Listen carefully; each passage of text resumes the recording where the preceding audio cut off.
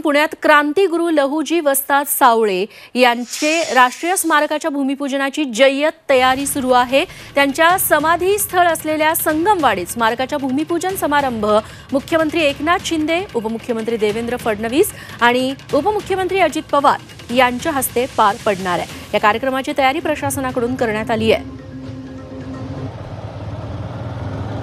आणि या तयारीचा सविस्तर आढावा घेतला आमचे प्रतिनिधी निलेश खरमरे यांनी। लहुजी वस्ताद यांचं स्मारक आता पुण्यामध्ये होत आहे। मी याच ठिकाणी आहे जिथं यांचं राष्ट्रीय स्मारक होत आहे। तुम्ही या ठिकाणी पाहू शकता त्यांची समाधीला या ठिकाणी अत्यंत सुरेख असं सजावट करण्यात आलेली आहे आणि याच मैदानावर मुख्यमंत्री आणि उपमुख्यमंत्री यांची सभा आज होती। एकूणच जर पाहिलं तर या स्मारकानिमित्त या ठिकाणी जी सभा होणार आहे त्याची या ठिकाणी जय्यत तयारी या ठिकाणी आपल्याला झालेली पाहायला मिळत आहे।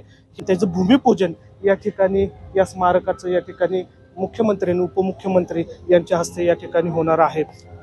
एकूणच जर पाहिलं तर या सभेमध्ये मुख्यमंत्री आणि उपमुख्यमंत्री काय बोलतात खरं तर याकडे सगळ्यांचं लक्ष लागलेलं आहे। Nilesh Kharmare, Zee media, Pune.